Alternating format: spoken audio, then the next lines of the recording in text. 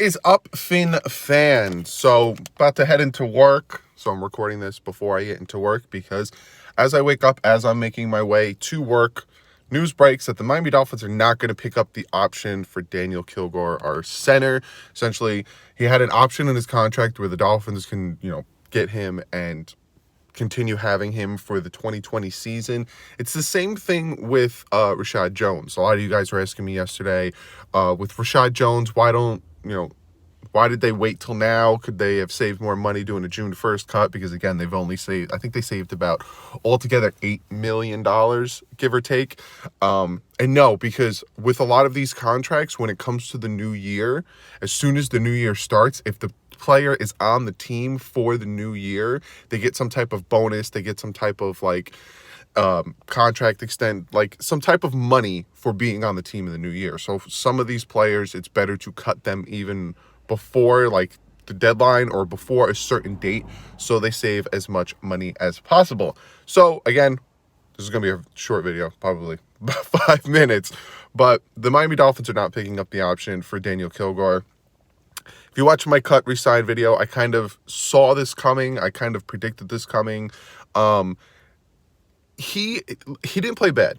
I will say that. I will not say that he played bad. I won't say he played horribly. It sucked that in 2018 he got injured against I think it was the Patriots, where he hurt his bicep and kind of threw everything out of whack with that game. But he wasn't a bad center and he didn't play bad. But that being said, really nobody on this offensive line last year, I'll give it Jesse Davis, towards the ass end of the season, started to play good. Other than that, no one really on this offensive line played great enough that they deserve and are handed a starting job next year. Now, I might even put Jesse Davis in that category because the offensive line was horrid last year. Absolutely horrid last year. So the only fact that Jesse Davis has this contract, which again, why'd you give him that contract so soon?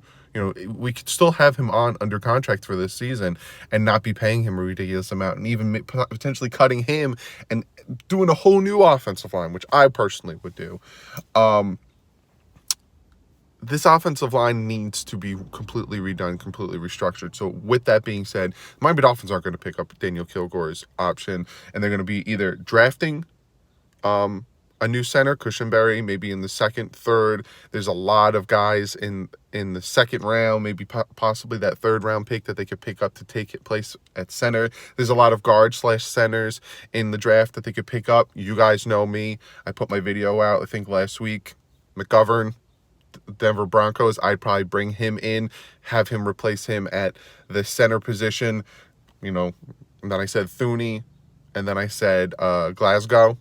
Those are my 3 offensive line signings, and then all of a sudden your interior of your offensive line is pretty much set. Probably kick Jesse Davis, keep him at right tackle because they kept him there, draft a left tackle, and then in the third round, maybe the 4th round, draft some depth, or even second round. That's what I'm doing. If you want my God's honest opinion, that's what I'm doing.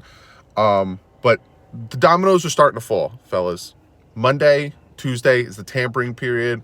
I unfortunately have to work, so when news breaks on Monday and Tuesday, unless it breaks when I'm going to work, I'm not going to be able to make a video till 5 o'clock, which really sucks.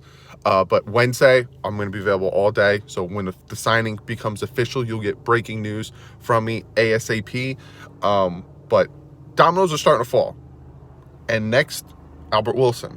Now, it's a known thing because he wasn't playing great for the first half of the season last year, and then he stepped it up, but for $11 million for next season, it really doesn't make sense to keep him on the team unless he's going to restructure that contract, unless he's going to knock down the amount of money. I would probably pay him around $6 to $7 million. And then, have a play and see, kind of like what they did with Parker before they gave him the contract extension, Eric Rowe before I feel like that's what the Dolphins are going to start doing. If you're not proved to be, a performing player, but you have promise, they'll probably sign you to a wait and see type contract like they've done with a few of the guys on the team already. So with that being said, like I said, Kilgore, Not going to pick him up. So now the Dolphins need a lot of help. Again, a lot of you guys in the comment section were saying, you're giving up on Dieter, you're giving up on Bam. No, I'm not. But the thing is, they need to compete to be starters because they struggled. They struggled a lot last year. And if we can bring in somebody better, why not do it? That's my thought process on the draft. That's my thought process on free agency. If you could bring somebody better in, do it, and then have a competition going on. Don't sit back and be like, oh, we signed you to a certain contract, or you're a this round pick. You're starting. You have to start, and why are you struggling? No, competition. Flores is trying to instill that, and that's what's going to happen. Again, tomorrow I'm going to make a video talking about what their free agent plan is going to be and all that stuff. So tomorrow's video, expect that. That one's not going to be from the phone. It's not going to be from my car. That's going to be from my camera, edited, all that stuff, premiered at noon. So tomorrow at noon, look out for that. But other than that, I'm going to head into work. More news breaks. Be sure to follow me on Twitter. I'm tweeting it out. Also, hit that subscribe button. You guys want breaking news from Miami Dolphins? Hit the subscribe button.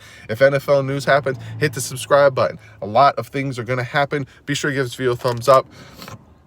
Craziness is happening in the NFL. It's going to only get crazier, and a lot of it's going to revolve around the Miami Dolphins because we have the most money and the most draft picks. But other than that, I will see you guys tomorrow or after I get out of work with more breaking news if some more stuff happens, like they decide to cut Albert Wilson.